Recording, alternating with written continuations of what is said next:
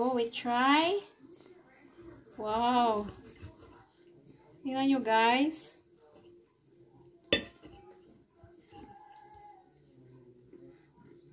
Hi, guys. Gumawa ako ng stuffed mushroom na ang gagamitin ko ay chicken. Na giniling na manok ang ilagay ko. Tapos, anuhin ko dito kasi dito ko ilagay ang karne.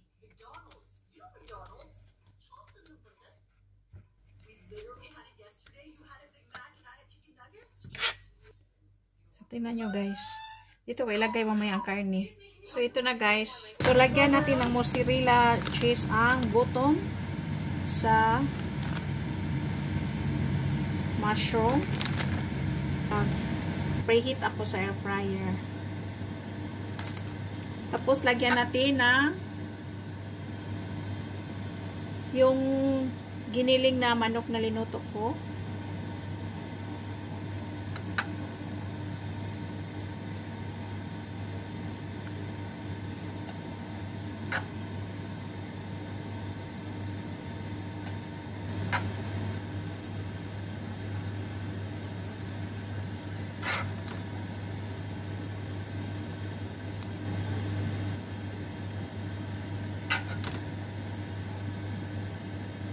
Tapos, lagyan natin ng mozzarella ulit.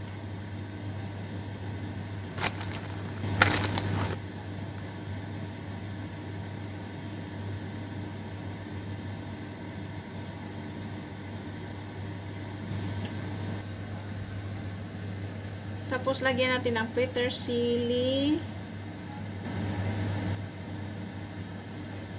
So, ito na siya, guys. Ilagay na natin siya sa air fryer.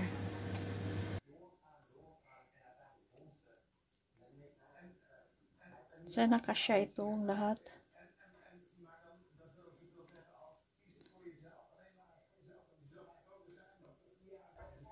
Tapos, ilulutuin natin siya ng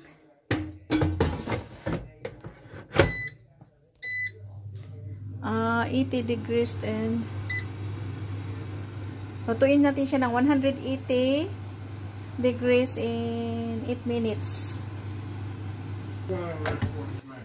Ito na, guys. Luto na siya, guys. Ang stuffed mushroom. So, kunin